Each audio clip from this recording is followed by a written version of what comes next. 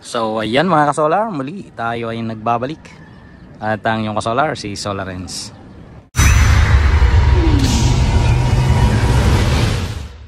Medyo malayo ako no kasi gusto kong ipakita yung solar panels hanggang dito sa pwesto ko. So balik tayo dito sa setup. At dahil nga itong setup na ito ay binalikan natin after 1 month. So ito yung setup na 8 kilowatts ano. Pero yung kanyang solar panels ay 9.9 kilowatts. And immediately nagpa-upgrade agad ang client. So nagpagawa ng pangalawa na set ng 8 kilowatts ulit. So ibig sabihin ngayon magpa-parallel tayo ng 16 kilowatts na. So dalawang piraso na 8 kilowatts yung ating ipaparallel dito. So ito mga solar panels na ito, paano natin i-connect yan? Ano yung gagawin nating connection ng mga PV cables at ano yung magiging bilang ng bawat array? Okay, pag sinabing array, ang ibig lang sabihin yan ay higit pa sa dalawang number ng solar panels. Kasi ito, isang solar panel na ito. So ngayon ay umaabot na ng 32 pieces na solar panels at 550 watts ang bawat isa. So kung i-compute natin ang total wattage ano, yung buo na, yung upgraded na system natin ay aabot ng 17.6 kilowatts na kasi 32 pieces na 550 watts yan. At ang susunod na question dyan ay paano yung ating linya na gagawin. Okay. So, madali lang kasi dalawang inverter na 8 kilowatts, tigda dalawang strings yan. Pag pinarallel natin ang dalawang 8 kilowatts, magiging 4 na strings na yan. Unlike dun sa isang piraso lang na inverter ano, na 16 kilowatts, 3 yung strings doon. At divisible by 3 yung gagawin mong arrays, ano, yung pababa. At yun yung tinatawag na strings. Okay? So, array, same sa strings. Ngayon, yung string 1 natin hanggang sa string 4, kasi 4 na strings yan, ay magiging even or equal ng number of solar panels. So, yung 4 magiging tig-8 or 8 pieces na 550 watts. So, 8 plus 8, 16 plus 8, 24 plus 8, 32. So, pasok na yung 17.6 kilowatts natin ano, na solar panels at equally distributed sa bawat string or bawat array. So, yung sinasabi kong array, ibig sabihin yan ay isa o higit pa sa dalawang solar panels. And in this case, ang solar panels natin ay magiging 8 kada string or kada array. Dahil 4 nga yung ating gagawin dyan na strings, ano, yung pababa. So, yun ang ating total numbers of solar panels.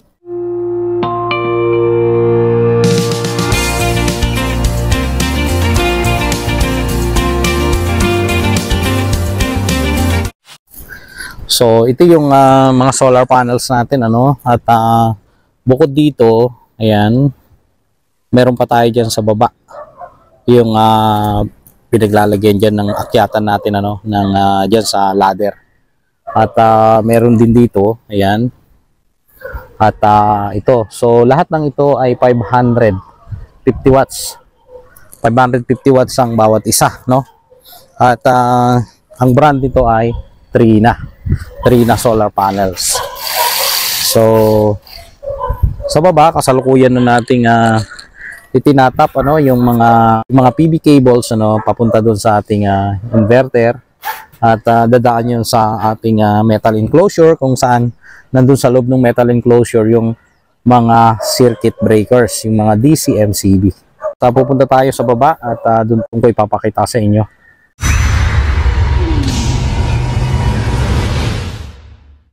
So heto na nga ano at ito na yung ating dalawang piraso na hybrid on and off grid system at yan yung metal enclosure, nandiyan na lahat ng mga controls and automatic transfer switch including battery breaker At yung nasa baba niyan ay yun yung bus bar para sa apat na batteries. So maglalagay pa rin tayo ng battery cable dyan from DC MCCB papunta dyan sa bus bar at cross-sectional or diagonal connection ang ginawa natin dyan para walang maiwan sa charging and discharging ng ating battery pagka tuloy-tuloy na humuhugot, nagdo-draw ng current from battery, and at the same time pagka nagcha-charge na rin during daytime. At eto, yung white na yan, yung automatic transfer switch, at sa baba mga AC connections yan, AC controls, at yung mga green, lahat yan ay para sa DC.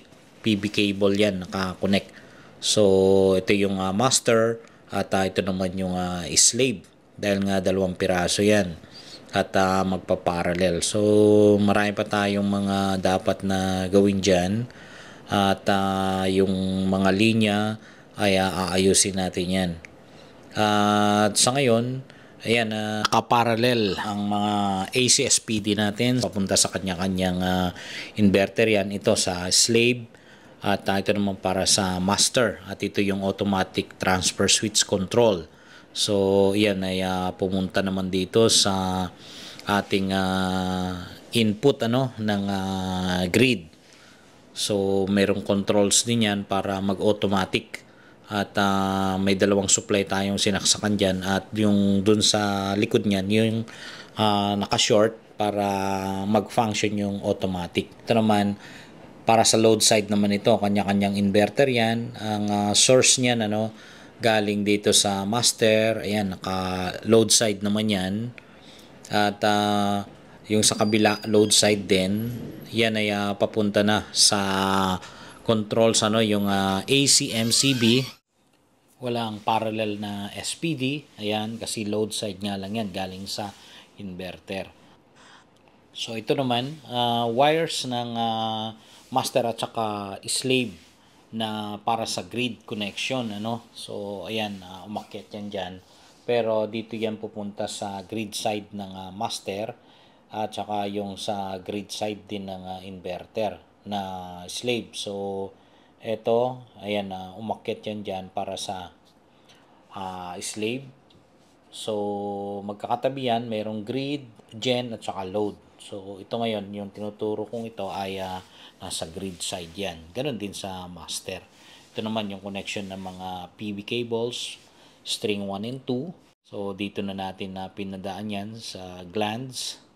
At yan, meron na tayong connection sa ilalim, So ito naman yung galing sa solar panels. So 4 na strings nga yan. At pumasok yan sa input ng DC MCB natin, at nakaparallel yung mga DC SPD. So maraming mga connections tayo dyan, ganyan talaga, naka 8 kilowatts, So andyan, positive at saka negative, ganun din sa kabila, positive at saka negative ang connection natin dyan. So ito naman, communication cable para sa parallel. So parallel A, parallel B. At hindi siya pwedeng mag-parallel A o tsaka same sa A, dapat parallel A or B. Tapos ito naman sa CAN bus, para sa battery. So communication area network yan, sa taas natin yan, i-connect katabi ng RS485. So dito yan sa CAN para mag-usap yung battery at saka yung inverter. At sa master lang natin ilalagay yan. At ito naman ay para sa CT sensor or current transformer sensor. Lalagyan natin sa 5 and 6. And take note, yung master lang, master lang paglalagyan natin dyan. At ito na nga yung sensor na ikinaklamp natin sa line, Hindi pwede sa neutral, pero line to line naman ang connection natin dito. Kaya kahit alin dyan ang pag-connectan natin doon sa linya na galing sa Meralco papasok sa main distribution panel. At sa ngayon, battery cable na lang, battery connection na lang yung ginagawa natin. At itong mga batteries na to, itong 4 na to ay 280 ampere hours as mentioned, So equivalent to 1,120 ampere hours. At naglalagay na tayo ng mga terminal lugs dyan. So, during brownout, mayroon tayong isolated breakers. Ayun, yung may takip. Doon natin padadaanin yung mga selected appliances connection.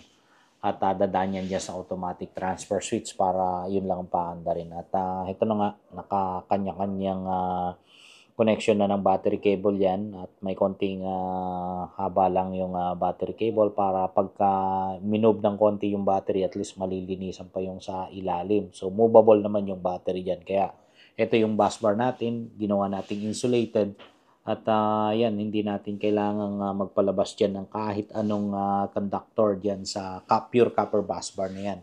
Nilagyan ko ng shrinkable tube. So, ito, number 50 mm squared ang ginamit natin dyan para iwas init at nang tamang-tama yung drawing ng current from the battery papunta sa inverter.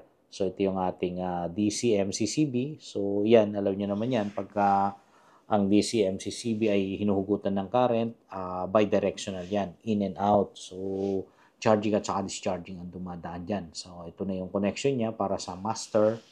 Ayan, at 50 mm square din yan. Nagparallel yan sa isang terminal ng positive at ito naman ay papunta sa slave. So, ganun din, tig-isa lang din yan dahil nga 50 mm squared yan. Malaki na rin yung size niyan. Kasi ang recommended yan ay 35 mm squared lang. Pero nag-oversize pa rin tayo para iwas tayo sa init. At yan, yung pababa dyan, yun na yung kumonek sa ating bus bar at cross-sectional yan dahil yung nasa positive nasa dulo at yung nasa negative nasa dulo din para sabay yung charging and discharging ng ating battery. Kasi kung ilalagay lang natin sa gitna yan o kaya dun sa dulo ay merong may iwan na charge ng battery and at the same time ganun din sa discharging.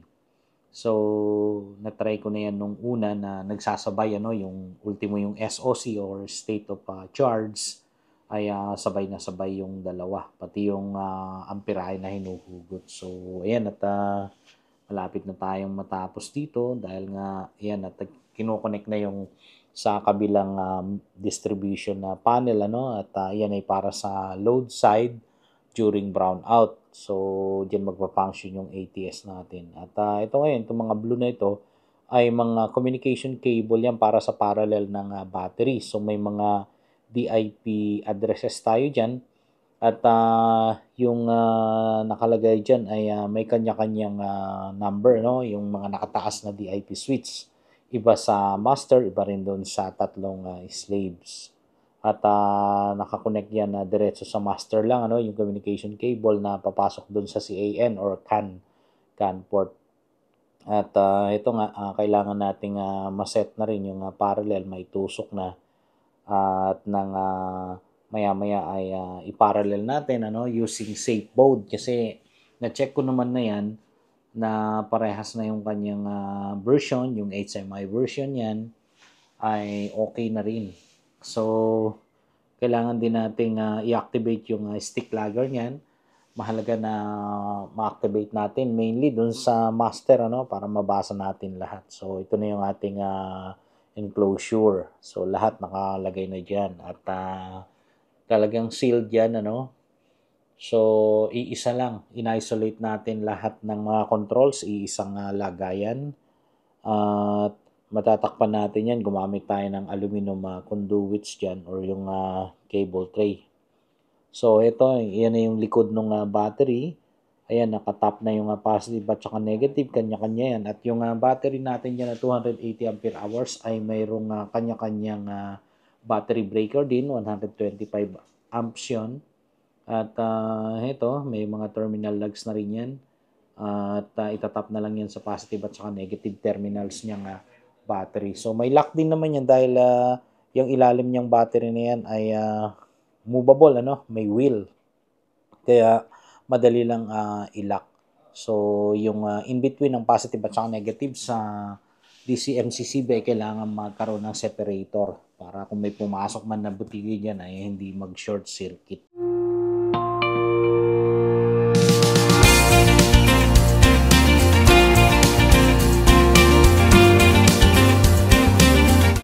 So, yan na. Tapos na yung ating setup. At kailangan ko lang ay pagpantayin ano, yung charge ng dalawang battery na idagdag at saka yung nauna na 1 month pa lang naman nagagamit. So, hindi ko muna inon itong dalawa dahil mababa yung state of charge niya, nasa 45% lang. Like dito sa nauna kong ini-on, nasa 98% ang dalawang charge niyan. So, bukas ay paanda rin natin yan at i-charge natin. At sinet ko nga dito yung aking sa inverter, ano, 45 percent lang yung SOC para pagka umabot ng 45%, ay itong mga 89.6 na ito, pag umabot yan ng 45%, ay pwede ko nang isabay na itaas lahat ng breakers niyan para sabay-sabay na silang mahugutan. Ano? Mahalaga na magpantay-pantay sila ng state of charge or even yung voltage para pareho ang hugot ng ating current, yung tinatawag na charging and discharging. At yan, parehas na parehas itong dalawang ito. 52.95 at yung SOC din parehas din yung dalawang yan. So yan, lahat ito 16 cells. So yan 5 to 8 cells, and then 9 to 12. Ayan, 3.3 yung voltage. So yan, 13 to 16 para sa slave 3. Slave 2. So, ito naman, makikita natin 12.1 yung kanyang amperahe na hinugot at yan na yung mga cells niyan, 1 to 4. Cells 1 to 4, 3.3 pa rin, so parehas. Cells 5 to 8. So, ayan, kitang-kita natin, wala namang sayaw-sayaw, ano? Hindi sumasayaw yung mga voltage. At yan, 13 to 16 na cells. So, kumpleto, 16 cells lahat yan. Kasi mayroong mga 48 volt system na 15 lang yung series niyan. At ito, 16 naman yan. So, ibig sabihin, 16 na cells ang laman bawat isa. So, yan na yung setup natin. At nai-parallel ko na yan. Nagkaroon ng parallel connection. So, ito naman, natakpan na natin yung butas doon. At dito sa white na ito, dumaan yung mga wires natin para sa mga selected loads lang. Ano? So, yan na yung pinaka-setup natin at gumagana na rin yung stick lagger. So, check natin yung yung check natin yung kanyang load. Pakita natin na ito yung slave. Ayan, yung nasa gitna, taas ng on. SO2 yon. At ito naman, MO1 yung nakalagay dyan. So, ibig sabihin, nagko-communicate na yung dalawa. At parehas na, no? Kung ilan yung hinuhugot. Ibig sabihin, kung ilan yung load sa slave, ay ganun din sa master. At makikita yan doon sa mismong application, SolarMan Smart, na magko-combine yung dalawang bilang na yun. Except lang doon sa solar panels kasi talaga naman, magkaiba ang babasahin yan pagka solar panels na kasi depende yan sa position and the orientation. Kaya hindi pwedeng magparehas. Pero kung kukunin mo yung total, ay kailangan mong ipag-plus yung nakukuha ng slave 1 PB at saka yung master PB. So, ayan, yung battery settings natin, hindi muna natin tinaasan masyado dahil nga bago pa yung ating battery, dahil bukas pagka nagsabay na yan, at least medyo masasanay yung battery natin na hindi siya napapasokan ng masyadong malakas na amperahe. So ayan, nakaset na tayo sa lithium so percentage yung nakikita natin at ganun din sa time of use. So alagaan na lang natin na mabuti yan para hindi masyadong mabugbog. Yung parameter settings niyan ay dapat makakomply tayo para maabot natin yung 6,000 cycles. Matagal na panahon yun dahil nga kung 6,000 cycles at assuming one day ay one cycle, so in a year meron 365 days so yung 6,000 divided by 365, so that's more than 15 years kung tama ang ating settings. So ito na yung time of use, ayan. So, tignan din natin. So, parehas lang. Isa lang yung ating sinet dyan sa master at sumunod na yung slave. Yan yung kagandahan na pagka nagseset ka ng master at saka slave, yung parallel ng dalawa, isa na lang yung pinagsesetan mo, no? So, ito yun dun sa general standards. Kaya may password tayo dyan, 4 na 7. At ito yung reconnection time. Kanina, binabaan ko yan ng 1 minute or 60 seconds at binabalik ko sa 600.